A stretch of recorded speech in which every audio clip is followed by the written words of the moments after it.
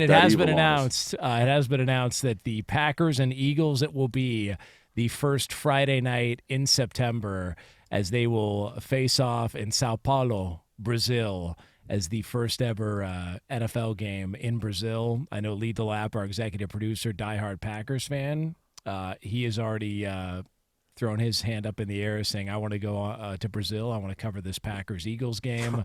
But nonetheless, that's going to be the stage and going to be the scene coming up this September. Feels like there's going to be a lot of people that get in trouble there. I don't think Lee's coming back if that's the case. So tell the wife and kids I love them, but I ain't ever coming back. Yeah, I'll cover the game. I'll cover a bunch of stuff. Now, if I'm not mistaken, weren't we originally anticipating this being the Eagles versus the Browns? Yeah, was it God, who was the guy on the podcast that ruined it oh, man. Deshaun Watson? No, he's ruined a lot of other things. My bad. He's not doing a lot of podcasts, I wouldn't imagine. I forget who it was for the Browns, but yeah, he showed up out on podcast and said, "Yeah, we're playing the Eagles week 1." And I was like, "Oh, okay, I guess that's the game it's going to be." And I wonder if the NFL heard that and said, "Well, you try and ruin our surprise, sucks for you," or they realized maybe not a great idea to send Deshaun Watson out to Brazil for that game. Could be a problem. Yeah, it was Maurice Hurst who made the comment on that podcast, but it is going to be the Peter Packers. King also had hinted at that a little bit too. Yeah. Well, he also said the Bears are going to keep Justin Fields, too. So yeah, well, he said a lot of things. There's multiple people I think thought that. That being said, Packers fans, get excited, playing in Sao Paulo.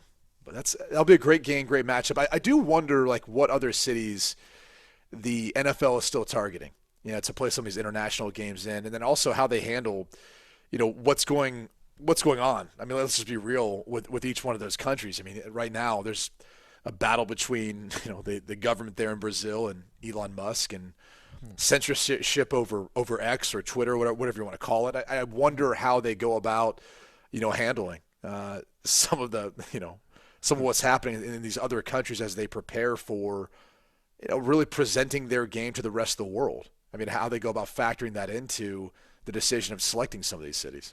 I don't know about all of that, but I'd love nothing more than to visit Sao Paulo for this game. I like that very much. Yeah. I like to do that very much. Yes. Now, do you like the fact that there's already a betting line on this game in Brazil? We got Eagles -1.5.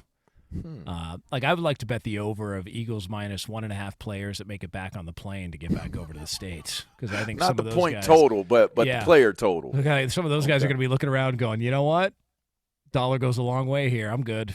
I still got my signing bonus. I'll figure things out. You guys go have fun. Wrecking your bodies for 18 weeks. I'm going to go enjoy my time here in Brazil. And would you this is the other thing I wonder about.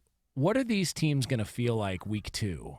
Because I know it's a Friday, and they're going to go out there ahead of time to try and get acclimated to, the time change and, the life and the scene and all that stuff. But what are they going to look like week 2 when they come back and they've got to fly all the way back? And it's too early in the season to have your bye week after what some teams do when they play international games.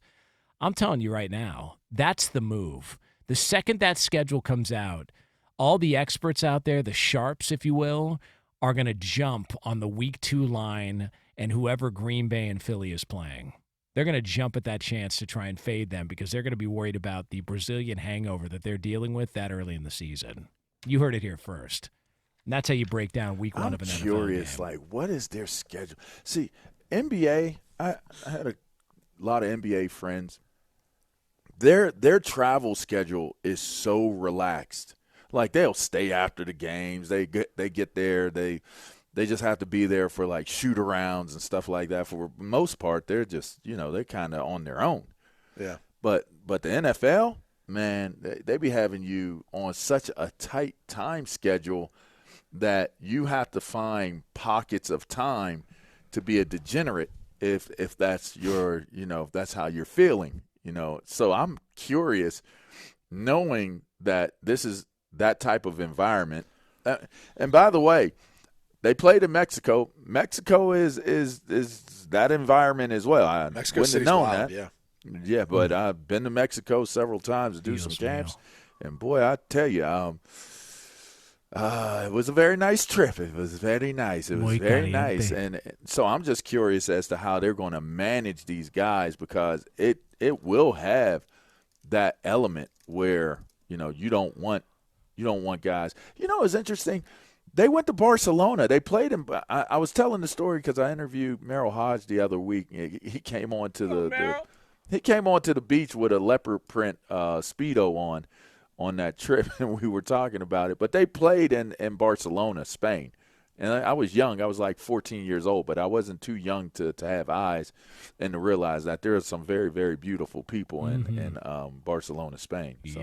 So I guess they've gone to unique places. I feel like we're covering a lot of where the beautiful people are. Yeah. I would say this though, it's a legitimate concern for a lot of teams who see this early in their season. Preparing for the travel, just the difference in climate and all that, based on how hot it is, cold it is that time of year. But the interesting thing is how, as far as sports performance goes, what's changed a lot is, when you talked about that NBA travel schedule, oftentimes because the games are so late, instead of trying to fly out that night, and this happens in hockey, happens in baseball, happens in a lot of other sports, they'll just stay over. And the hope and the desire is to try to get those players the most amount of rest following competition. And all the studies show that, that's when the body obviously is mostly, impacted, and as far as what gives them the best chance to recover, to make sure they're good for that next game, is staying overnight at that same place, not traveling, not getting a bad night's sleep, and then trying to fly out the next day. Even though it may impact, that schedule for the next few days, it still is better off for that team recovering. So for football for the following week, or with baseball, basketball, hockey, whatever it is, staying overnight, getting good rest in that one spot, and then getting up and traveling the next day. That has typically been what a lot of teams, I think, have come to the conclusion of, at least of late, in regards to some of these international travels or the crazy travel schedules that they have. I mean, some things are worth a poor start to the season or a week 2 letdown, and I would argue that this is one of them. This is worth it.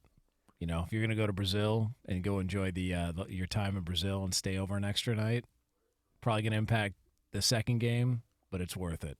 So congratulations to the Eagles and Packers that are going to be a part of that. And I wonder how many – because I also saw that they were, logistically wondering, like, getting out of Green Bay, getting out of Wisconsin to fly to Brazil, like, how would they pull that off? I know Mark Murphy had said, we're just trying to figure out if it makes sense. And the NFL just said, yeah, you'll figure it out, and we'll send you over there for week 1 to start out the season. So it'll be fun to have Friday Night Football, though. That'll be fun. NFL football on a Friday night. First time in a